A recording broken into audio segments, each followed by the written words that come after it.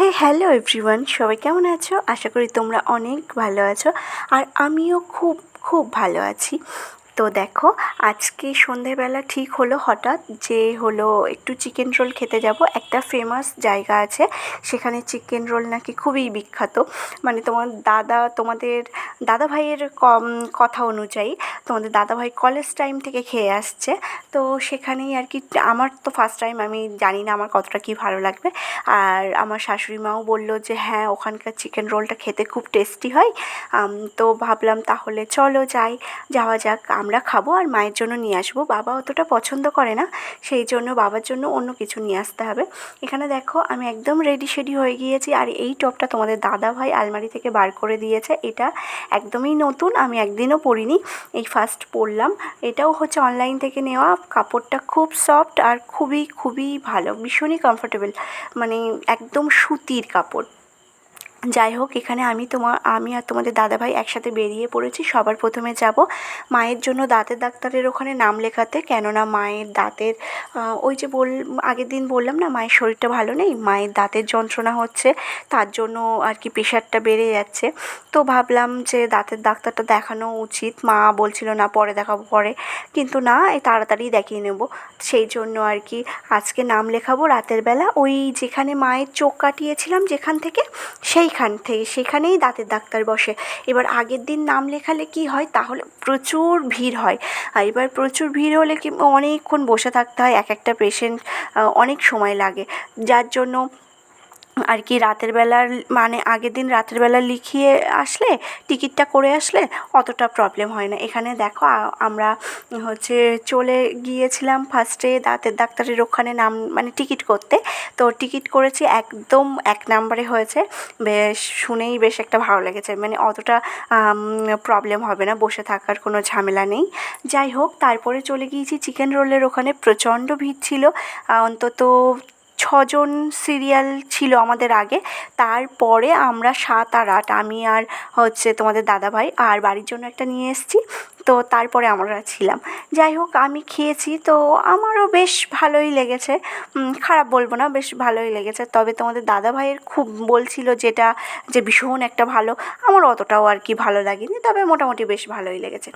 যাই হোক, তারপরে মায়ের জন্য নিয়ে আর বাবার জন্য হচ্ছে আমের চপ নিয়ে বাড়ি এসেছিলাম। বাড়ি এসে আমি আর কিছু খাইনি, ঘুমিয়ে পড়েছিলাম। পরের দিন খুব তাড়াতাড়ি উঠেছি, কেননা তোমাদের দাদাভাই চলে যাবে আর আজকে মাকে নিয়ে ডাক্তারখানায় যাব। তো রান্নাবান্নাও আমার করতে হবে, প্লাস ঘরের কাজকর্ম করতে হবে, তোমাদের দাদাভাইয়ের টিফিন গোছাতে হবে, তো অনেক কাজ আজকে। সেই জন্য আজকে একটু তাড়াতাড়ি উঠে পড়েছি। এই 6টা সাড়ে 6টা নাগাদ উঠেছিলাম ঘুম থেকে উঠে বিছানা গুছিয়ে তারপরে দেখো ঘর ঝাড় দেওয়া শুরু করেছি। আর আমার ঘরের যেহেতু হচ্ছে একটাই জানালা, তো কী হয়, ঘরটা না প্রচণ্ড গরম থাকে, প্লাস হচ্ছে জানালাটা খুললে আবার কি জানালার পাশেই মাঠ, তো হাওয়া যখন হয় না, তখন এত পরিমাণে ধুলো ঢুকে যায় যে অন্তত দিনে 2-3 বার ঘর ঝাড় দিতে হয়, এরকম একটা ব্যাপার।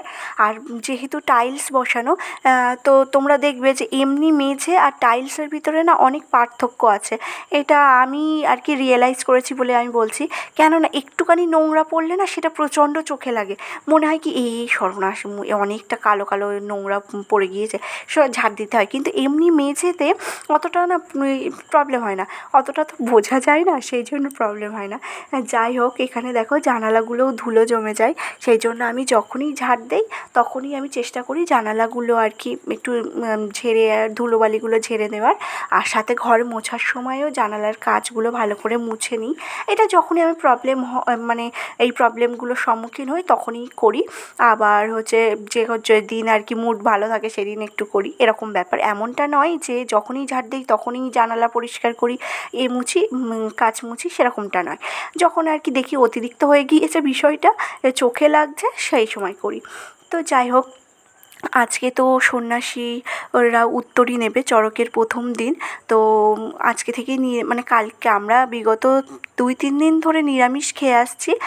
কিছু না কিছু একটা কারণে হয়তো নিরামিষ খাচ্ছি। ও হ্যাঁ, কী কারণটা মনে পড়েছে। বৃহস্পতিবারে শুক্রবারে নিরামিষ খাই আমরা, বৃহস্পতিবারে মাছ আসেনি কোনো, আর বাড়িতে বাজারে যাওয়ার কেউ ছিল না, সেই জন্য বৃহস্পতিবারেও নিরামিষ খেয়েছিলাম।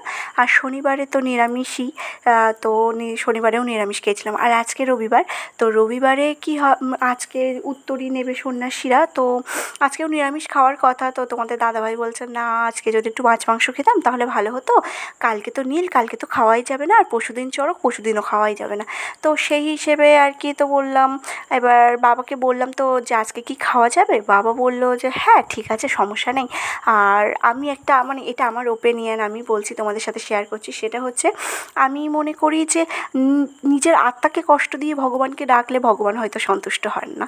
যাই হোক, তো যেটা খেতে ইচ্ছা করছে সেটা অবশ্যই খাওয়া দরকার। তো দেখো আজকে সব কিছু সবজি একসাথে ভাতের মধ্যে দিয়ে সেদ্ধ করেছিলাম, আর হচ্ছে একটু পকোড়া মতো করেছিলাম পেঁয়াজ দিয়ে, বেসন দিয়ে। তারপরে একটু মাংস, ওই যে মাংস তোমাদের দাদাভাই এনেছে, মাংসটা রান্না করেছিলাম। রান্না করে তোমাদের দাদাভাইকে খাইয়ে টিফিন গুছিয়ে ও চলে গিয়েছে। তারপরে আমরাও গুছিয়ে নিয়েছি, আমি আর মা গুছিয়ে বেরিয়ে পড়েছি ডাক্তার দেখাতে যাব, যেহেতু একদম 4টের সময় আমাদের যেতে বলেছিল, 4টের সময় ডাক্তার আসবে। তো আমরা ওই 3:30 নাগাদ বার হয়েছিলাম বাড়ি থেকে। প্রচণ্ড রোদ, এত রোদ সে বলার মতো না, মানে এতটা রোদ, ছাতা নিয়ে যাচ্ছি তাও যেন পিঠ পুড়ে যাচ্ছে, মানে যেখানে যেখানে রোদ লাগছে সেখানে সেখানে যেন মনে হচ্ছে যে জ্বালা করছে, এত একটা, মানে চৈত্র মাসের রোদ বোঝা যাচ্ছে। যাই হোক, দেখো রাস্তায় তোমরা দেখলে বুঝতে পারবে একদম টনটনে রোদ। তো বেশিক্ষণ সময় লাগেনি, এই 15-20 মিনিট মতো সময় লেগেছে, কেননা গেট পড়েছিল বলেই ওই সময়টা লেগেছে, তা না হলে খুব একটা বেশি সময় লাগে না, ওই 15 মিনিট মতো লাগে। এখানে দেখো আমি পৌঁছে গিয়েছি, গিয়ে দেখি চোখের ডাক্তার একটুখানি আগেই বার হলেন আর কি, ওনার পেশেন্টরাও চলে গিয়েছে। আর হচ্ছে দাঁতের ডাক্তার এখনও আসেননি। আমরা গিয়েছি তখন কটা বাজে, 3:45 না 4টে বাজতে 10 মিনিট বাকি, এরকম একটা সময় আমরা গিয়েছিলাম, অতটা টাইমটা দেখা হয়নি। এবার আমরা গিয়ে, আমরাই তো ফার্স্ট পেশেন্ট, আমরা বসেছিলাম। এবার মায়ের দাঁতটা যন্ত্রণা করছে বলে মা না শুয়ে পড়েছিল আর কি ওখানে। মা মানে ফাঁকা ছিল, আর ওরাও বলছিল যে আপনি যদি চান তাহলে শুতে পারেন, কোনো প্রবলেম নেই। আর সেই জন্য মা একটু শুয়েছিল। তার কিছুক্ষণ পরেই ডাক্তারবাবু চলে এসেছেন, আর আমরা যেহেতু প্রথমে ছিলাম সেই জন্য একদমই ওয়েট করতে হয়নি। আমরাও উপরে গেলাম, উপরে যাওয়ার সাথে সাথে ডাক্তারবাবু কিছুক্ষণ বসিয়ে রেখে আমাদেরকে ডাকলেন, ডেকে আমাকে সব কিছু বুঝিয়ে দিলেন কী করতে হবে না করতে হবে। দাঁতের এক্সরে করতে হবে, আর আজকে একটা দাঁত তুলতেই হবে এমার্জেন্সি, তো দাঁতটা তোলা হলো। আর পরের সপ্তাহে আবার রবিবারে আরও একটা দাঁত তুলবে, মানে মোটমাট 7খানা দাঁত মায়ের পোকা লেগেছে, মানে একটা থেকে আরেকটা এরকম লেগে গিয়েছে। আর মানে 7খানা দাঁতেই মানে সমস্যা হচ্ছে, একটা দাঁতে তো ফুলছে গোড়া, মানে পুজ হচ্ছে, এরকম একটা সমস্যা হচ্ছে। সেই দাঁতটা পরের সপ্তাহে তোলা হবে। আর কিছু কিছু দাঁত আছে, সেই দাঁতগুলো মানে পোকায় খেয়ে ফেলেছে, আর একদম অল্প তার গোড়া রয়েছে এরকম একটা ভাবে। তো সেগুলোও তুলতে হবে আস্তে আস্তে সব, যেহেতু মায়ের প্রেশারটা হাই সেই জন্য প্রেশারের বড়ি ওখানে বসে খাইয়ে দিয়েছি, সকালে একবার খেয়েছে। ডাক্তারবাবু বললেন যে আরেকবার খাওয়াও, তারপরে দাঁত তুলবো। তারপরে দাঁত তুলে দিয়েছে, আমি আর মা চলে এসেছি। মানে আর রাস্তায় বেরিয়ে দেখি এত ভিড়, সন্ধে সন্ধে হওয়ার জোগাড় হয়ে গিয়েছে, আর এত ভিড়, সে মানে টোটো এগোচ্ছেই না, এমন একটা মানে কন্ডিশনে পড়েছে সে আর বলার মতো না। এখানে প্রচণ্ড ভিড়, ও মারপিট করছে, আর পুলিশগুলো তো ঠেকিয়ে পাচ্ছে না, এরকম একটা অবস্থা।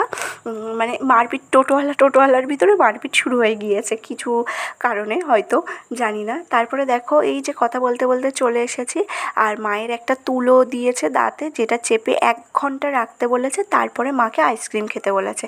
তো আইসক্রিম আমি আসার পথে দেখি একটা দাদাভাইয়ের দোকান, যেখান থেকে আমরা আর কি সব আইসক্রিম খাই। তো আমি ভাবলাম সেখান থেকে নেব, আগে থেকে নেব কেননা হচ্ছে আমার বাড়িতে তো এখনও ফ্রিজ আনিনি, আর ওই আগে থেকে নিলে গলে যাবে, আর এখনও 1 ঘন্টা পরে ওই তুলোটা ফেলবে, তারপরে আইসক্রিম খাবে। তো সেই জন্য আমি ওইটাই ভেবেছি যে বাড়ির পাশের ওই দোকান থেকে নেব। ও মা, এসে দেখি দোকান খোলেনি, কী একটা বাজে অবস্থা বলো তো।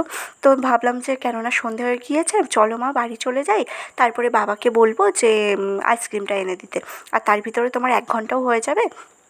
তো মা আর কি মাথা নাড়ালো, মার তো কথা বলা যাবে না। যাই হোক, তা আমরা বাড়ি চলে এসেছি। বাড়ি চলে এসে একদম ফ্রেশ হয়ে গিয়ে তারপরে বাবাকে বলেছিলাম, বাবাকে মানে এসে দেখি বাবা সন্ধে দিতে বসবে। এবার আমার শ্বশুরমশাই সন্ধে বা পুজো দিতে যখনই বসেন, ওনার কি হয়, প্রচণ্ড সময় লাগে। এটা সবার একটা হয়, অনেক সময় লাগে। তো বসার আগেই বাবাকে পাঠিয়েছি যে তুমি আগে যাও আইসক্রিম আনো, তারপরে বসো। আর একটা কথা যেটা বলা হয়নি, প্রচণ্ড ভিড় ছিল আর টোটো অনেকক্ষণ দাঁড়িয়ে ছিল। সেই ফাঁকে আমরা নেমে একটা দোকান থেকে দুটো নাইটি নিয়েছিলাম, মাই কিনে দিয়েছে। এই পয়লা বৈশাখের গিফট বলতে পারো তোমরা। তারপরে দেখো আমি, বাবা, আমরা দুজনেও আইসক্রিম, সাথে মাও খেয়েছে, মানে মায়ের সাথে আমাদের বেনিফিট আর কি। যাই হোক, তাহলে ভিডিও এই পর্যন্ত। সবাই ভালো থেকো, সুস্থ থেকো। আর আমার ভিডিও ভালো লাগলে অবশ্যই লাইক কমেন্ট করো, সাবস্ক্রাইব করে আমার পাশে থেকো। টাটা সবাইকে।